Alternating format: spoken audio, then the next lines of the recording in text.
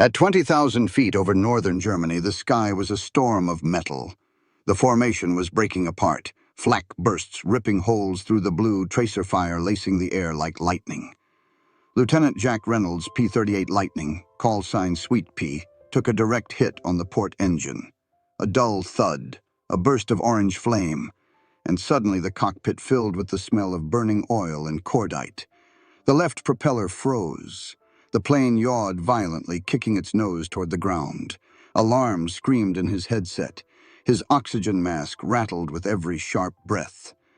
Reynolds slammed the throttle forward on his remaining engine, wrestling the control column to level the wings.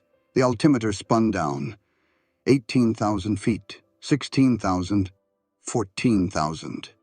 The radio crackled to life. "Jack, you're hit! Bail out! Repeat, bail out!" It was his wingman, Hollis, shouting over the static. Reynolds glanced at the horizon. He was deep over enemy territory, more than 150 miles from the coast. If he bailed out here, he'd be a prisoner before sunset. He muttered into the mic, "Negative. I'm not done yet." He feathered the dead propeller, trimmed hard right to counter the drag, and looked at the gauges. One engine still held steady. The Lightning, wounded but alive, clawed its way through the sky. Then, just ahead, 4 dark shapes appeared. Focke-Wulf 190s, turning toward him like sharks scenting blood. Reynolds blinked sweat from his eyes. The P-38's right engine roared, straining under the load.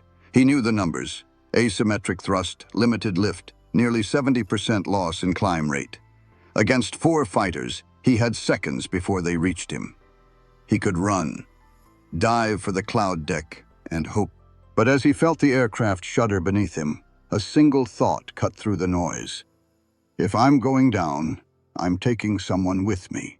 He rolled the Lightning inverted, pointed its nose toward the oncoming formation, and dove. His airspeed climbed, 380, 400, 420 miles per hour. The dead engine screamed in protest as the frame vibrated. The Germans saw him coming, one smoking, one prop feathered. And they laughed over their radios. Easy prey. They didn't know the P-38's secret. Its twin booms gave it unmatched stability in dives, and at terminal speed, nothing German-built could keep up. Reynolds closed the distance in seconds. The .50 caliber Brownings in the nose thundered. A stream of tracers lanced through the lead FW-190, tearing its canopy apart. The wreck exploded into shards of fire. 3 left. He climbed through the debris field, flipped the Lightning on its side, and came around again. The second German broke high. Reynolds squeezed the trigger and saw his rounds stitch across the fuselage. The fighter spun out, trailing smoke. But now his ammo counter was flashing empty, and his right engine was coughing. He leveled out, heart hammering. The remaining 2 FW-190s pulled back, unwilling to chase a man who was supposed to be dead, but had just killed 2 of their own. At 12,000 feet, Reynolds steadied the plane. "Still here," he whispered. The cockpit was silent except for the rattle of the instruments and the distant hum of that one defiant engine. He turned the Lightning toward home, flying on fumes, 1 prop dead, and an ocean between him and safety. But he smiled beneath his mask, because in that moment, he knew the fight wasn't over. Not for him, not for the P-38. Before Lieutenant Jack Reynolds ever took off from England, the P-38 Lightning had a reputation that sent shivers through new pilots. They called it a widowmaker. Too complicated, too temperamental, too dangerous. Early in the war, inexperienced pilots feared the aircraft more than the enemy. Its dual Allison engines could tear themselves apart if handled wrong. Compressor failures, asymmetric stalls, runaway props. 100 ways to die before you even saw combat. Training manuals warned, "Treat the Lightning with respect. Mishandled, she'll kill you faster than the enemy will."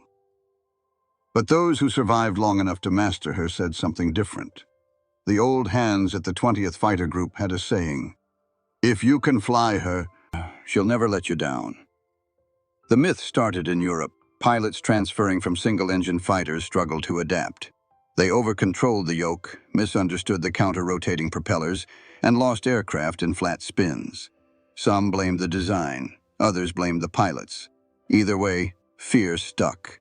American newspapers amplified the rumor. One journalist dubbed it the flying experiment, a plane too heavy for dogfights and too complex for rookies. Even within the Air Force, some officers preferred the P-51 Mustang's simplicity. German pilots, however, had no such doubts. They'd already given it a name, der Gabelschwanzteufel, the fork-tailed devil. To the Luftwaffe, it was a phantom of death that could appear without warning and vanish into the clouds. Reynolds' squadron briefing room walls were lined with clippings, German propaganda calling the lightning mechanical madness, photos of wrecked P-38s beside reports of successful bomber escorts. Every pilot saw the contradiction, fear on both sides, but for entirely different reasons. Jack Reynolds wrote about it in his flight diary 2 nights before the mission that nearly killed him.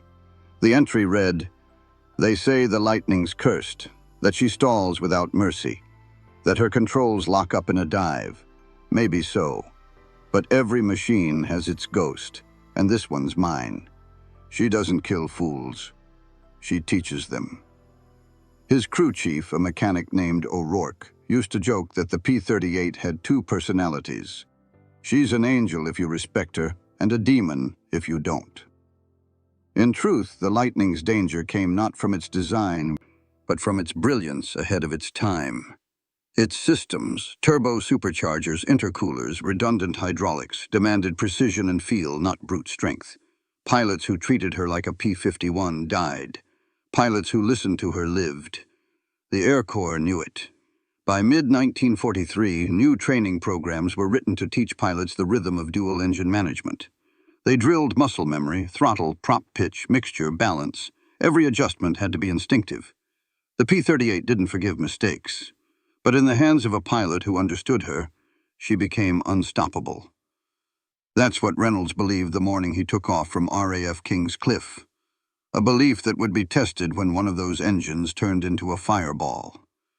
Because the Widowmaker myth wasn't just wrong, it was the opposite of the truth. The Lightning wasn't a killer of men. She was their last chance to live. Long before Jack Reynolds' Lightning roared through the skies of Europe, it was born in a place that never slept, Lockheed's Burbank plant in California. In 1942, the complex stretched across 250 acres of assembly lines, test bays, and steel hangars, so vast they looked like small cities. By day, the noise was deafening. Rivet guns, grinders, welding sparks. By night, the hum of generators and the rhythmic pounding of press hammers rolled across the valley. Over 90% of the workforce were civilians. Many had never built aircraft before the war. Women in denim overalls ran the rivet lines. Men who had been grocers and teachers became precision machinists overnight. They worked in 12-hour shifts, 6 days a week. At the height of production, one P-38 rolled off the line every 63 minutes. Lockheed's engineers had done something radical. Instead of a single fuselage, they built a twin-boom structure. 2 long tails, each housing an engine, connected by a central nacelle, the cockpit and gun bay. The design was unconventional, alien even, but it gave the plane something no other fighter had: perfect stability.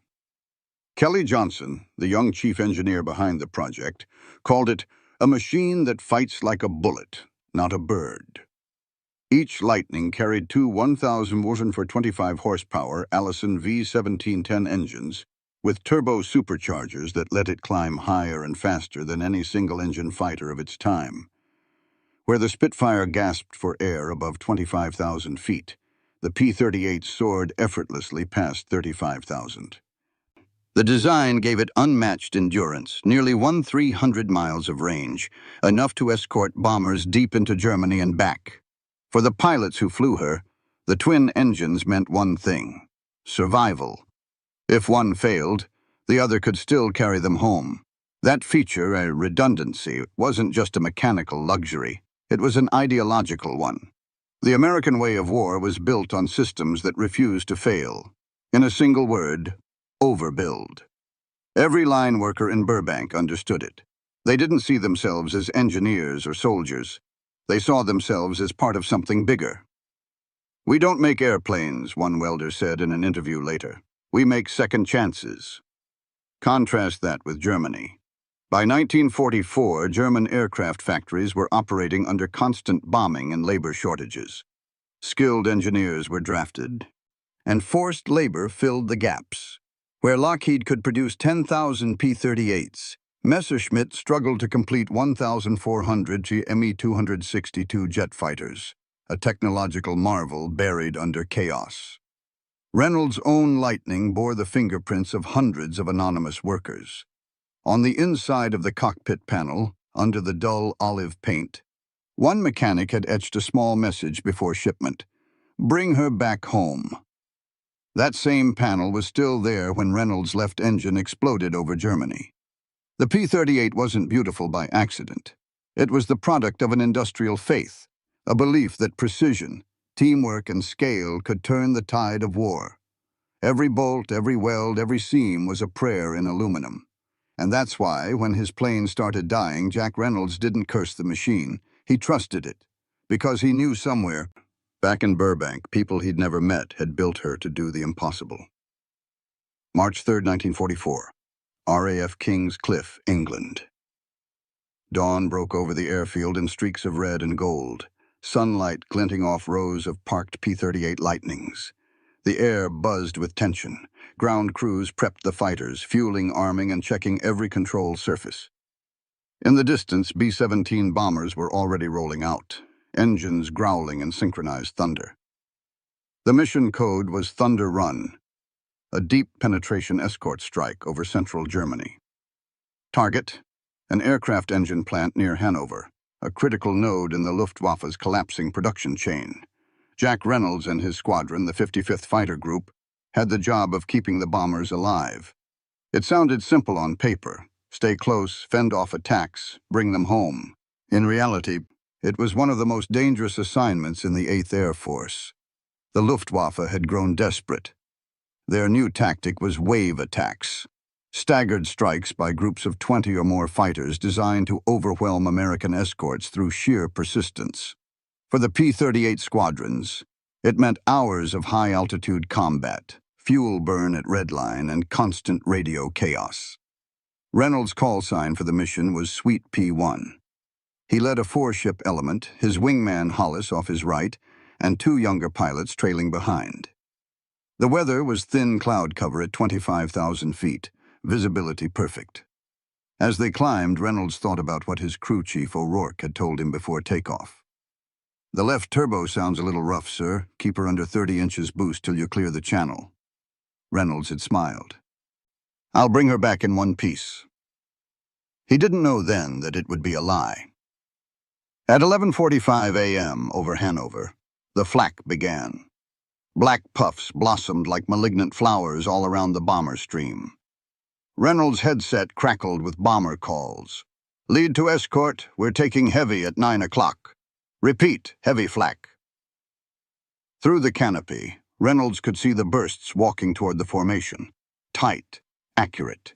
He banked hard left, weaving to draw fire. Then came the fighters. Dozens of Focke-Wulf 190s and Messerschmitt 109s diving from above, their cannon flashes like strobe lights in the sun. Reynolds keyed his radio. "Bandits high, 2 o'clock, let's move." The sky erupted. P-38s split into pairs, twisting and rolling, machine guns chattering in rhythmic bursts. The Lightning's nose-mounted guns gave it brutal precision. 5 weapons firing straight down the sightline. No wing convergence needed. Reynolds scored his first kill of the day within minutes, a head-on pass that sent a Messerschmitt spiraling down in smoke. He pulled hard right, feeling the G's bite into his ribs. His wingman stayed tight on his tail. But then, the explosion. A blinding flash from his left engine. The Lightning jerked sideways as the propeller froze mid-spin. Hydraulic pressure plummeted, the cockpit filled with the acrid stench of burning oil.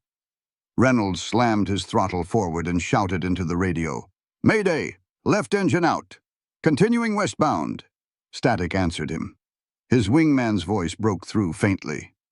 "Bail out, Jack. You're on fire." But Reynolds didn't pull the handle. He looked down and saw the bombers still crawling toward their target below, flak bursting around them. If he turned back, he'd lead the Luftwaffe straight into them. So instead, he pushed the Lightning forward, smoke trailing like a black comet.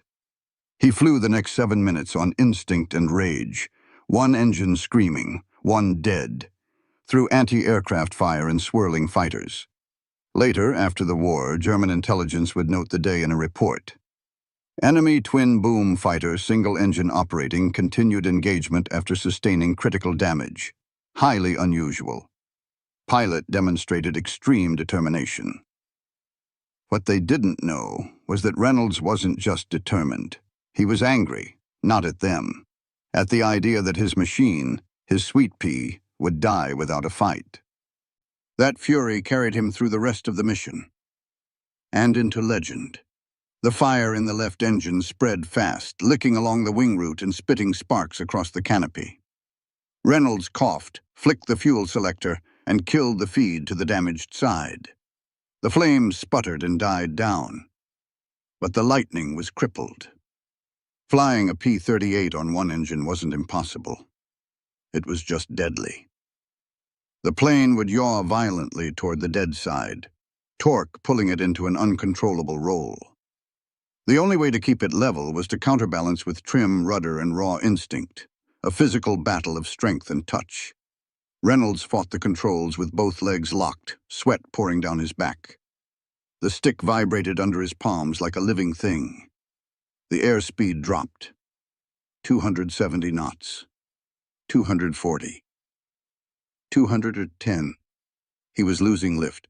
He had two options, bail out or dive. But diving meant heat, and heat meant the left side oil fire might flare back to life. So he did the unthinkable. He leveled off at 10,000 feet, one engine screaming, the other a silent corpse. Below him, German fields slid past in a checkerboard blur. To the west lay the Rhine. Beyond that, maybe, Allied lines.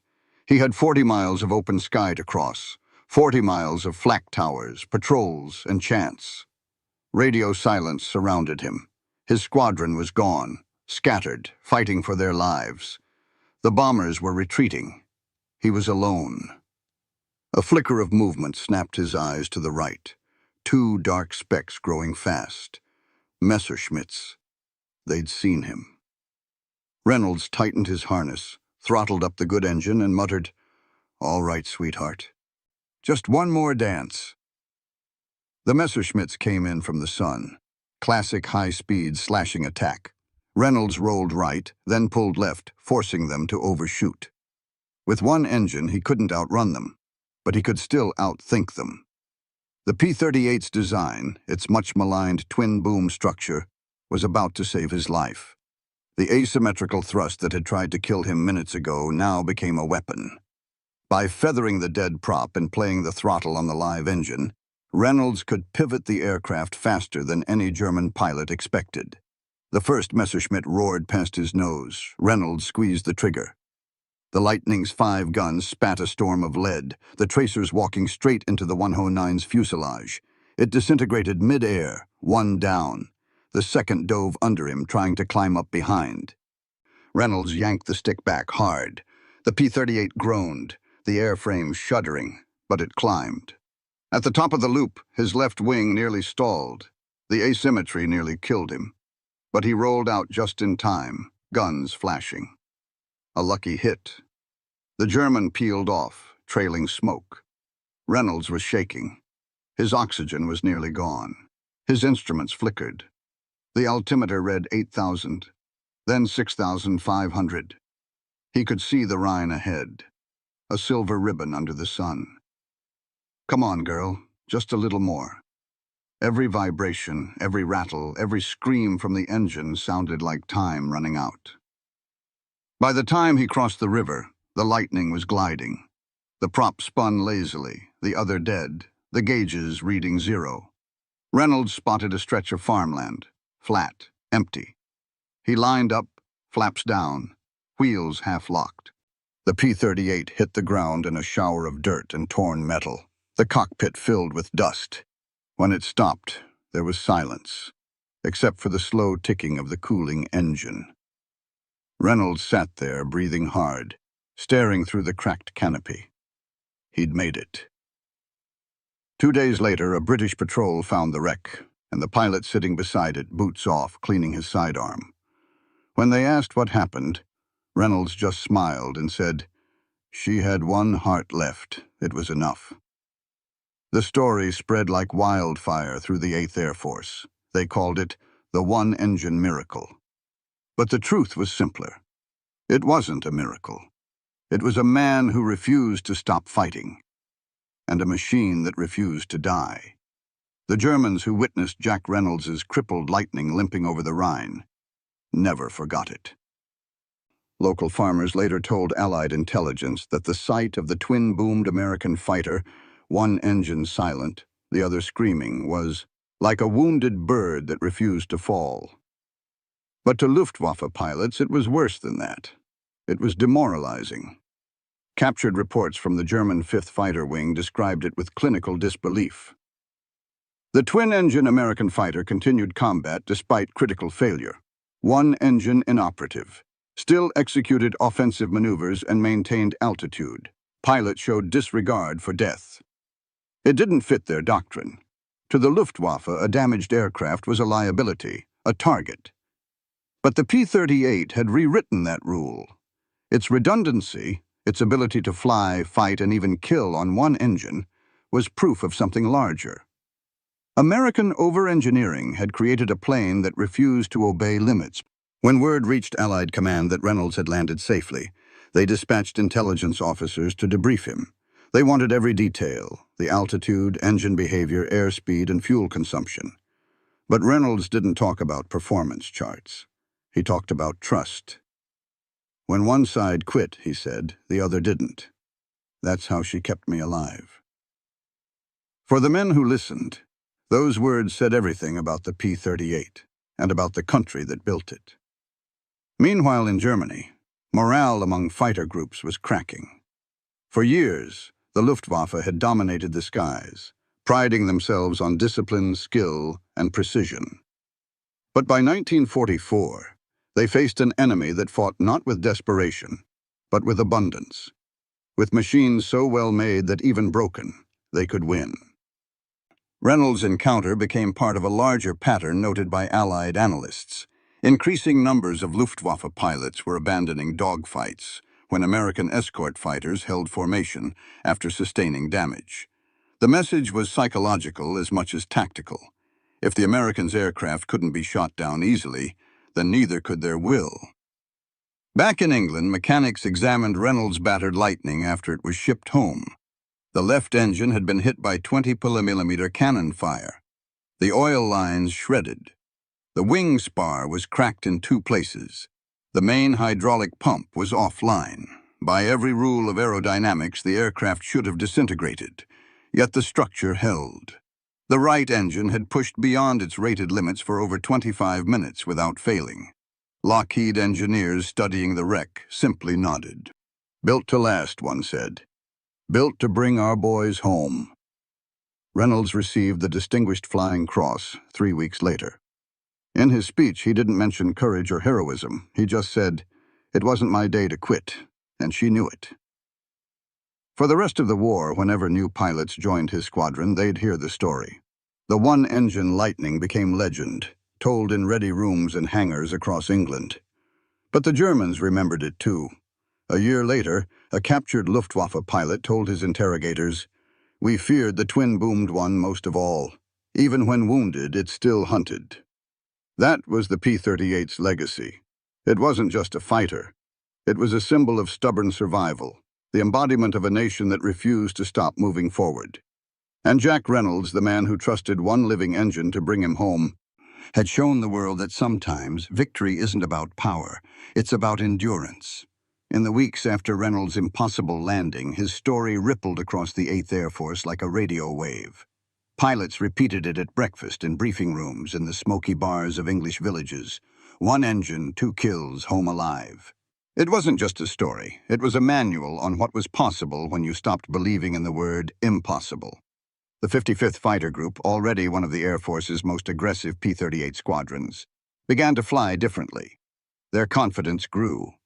Where once a loss of one engine meant disengage and dive for home, now pilots stayed in the fight longer, using Reynolds' tactics, sharp throttle control, feathered props, asymmetric turns, to keep the enemy guessing. One pilot, Lieutenant Pete Morgan, described the change in his diary. "We don't panic anymore. The plane can take it. The country that built this machine didn't design it to die easy. If Reynolds can bring his bird home on one heart, the rest of us have no excuse." By April 1944, that shift in attitude began showing in mission reports. Escort losses for the 55th dropped nearly 20%. P-38 pilots, once viewed as underdogs next to the faster Mustangs, were now drawing respect from bomber crews who called them the angels with two tails. Then came April 11th, a mission over Germany that would test whether Reynolds' legend was just a story or a new standard. The target? An oil refinery outside Magdeburg. Heavy flak. Predicted fighter resistance. High. Captain Reynolds led his squadron at 22,000 feet, his repaired Sweet Pea humming with twin engines newly overhauled. The weather was clear. Halfway to target, Luftwaffe radar picked them up. 20 Focke-Wulfs climbed fast from below. Reynolds' voice came through the radio calm, clipped. "Stay tight. Make 'em chase the tail, not the heart." The battle that followed was chaos sculpted into discipline. German fighters slashed in waves. The P-38s countered with precision turns and boom and zoom dives. One pilot, hit in the right engine, called out over the air, "She's dead, Cap. I'm bailing." Reynolds cut him off. "No, you're not. Trim her left. Feather it. Use the torque." A pause. Then the voice returned, astonished. "Hell, she's still flying." That pilot, Lieutenant Morgan, made it back to England on one engine, escorted by Reynolds himself. When he landed, the ground crew ran out cheering. He climbed down from the cockpit, eyes wide, hands shaking. "You were right," he told Reynolds. "She just needed someone who believed in her." From that day on, the men called it Reynolds' Rule. Never abandon a lightning that still breathes. Even high command took notice. In a report circulated among 8th Air Force leadership, a colonel wrote, "Pilot morale and technical confidence in the P-38 have increased notably since the Reynolds incident. Psychological effect immeasurable. Engineering belief validated in combat." To most people, it was just another footnote in the massive machinery of war. But for those who flew the twin-boomed fighter, it was more than data. It was doctrine. Because of one man's defiance, an entire group stopped fearing failure. And the P-38 Lightning, once mocked by some as a temperamental aircraft, became a symbol of something much larger, resilience made of rivets and courage. By the summer of 1944, the Luftwaffe was cracking. But among the pilots of the 55th Fighter Group, one phrase kept them steady through the blood and fire of Europe's skies. "If one engine dies, fly the other." It was late summer 1944 when the mission codenamed Iron Cross went wrong. The target was deep inside occupied France, a rail yard funneling troops and supplies to Normandy's defensive lines. The bombers were already under heavy flak, and their escort, Reynolds' group, was running low on fuel. That's when the clouds split open, and the Luftwaffe came screaming down. Over 30 German fighters, FW-190s and Bf-109s, dived from altitude, their cannon fire tearing through the formations. Radio chatter turned into chaos. Reynolds' voice broke through, steady as always. "Form on me. Watch your energy, not your fear." For 10 long minutes, the sky became a blender of tracer fire and vapor trails. Reynolds rolled his Lightning inverted, diving straight through the enemy formation. An insane maneuver no manual would ever approve. His guns barked in short surgical bursts. 2 Germans went down. Then came the voice that froze everyone on the channel. "Cap, I'm hit. Losing coolant." It was Lieutenant Pete Morgan, the same pilot who'd once made it home on one engine. Reynolds scanned the horizon. Smoke trailed from Morgan's right nacelle. The German fighters had spotted it too. 4 broke off from the main fight, curving in to finish him off. Reynolds could have climbed away. He had altitude, position, and command. But that wasn't who he was. He throttled up and dove after them, pulling 6 Gs until his vision blurred. At 400 miles/hour, he cut across the attacker's path. The P-38 screamed like a living thing, its twin booms leaving white contrails in the cold air. His first burst of fire stitched across the lead German's canopy. The FW-190 exploded into flame. The others scattered. But now Reynolds had traded altitude for chaos. As he leveled out, another German came head-on, cannon shells ripping past. Reynolds yanked left, firing instinctively, and the last thing he saw before impact was smoke and sunlight colliding in front of him. The 109 disintegrated. When his wingman found him seconds later, his Lightning was missing a chunk of its right tail boom. The stabilizer looked like Swiss cheese, but somehow, impossibly, he was still flying.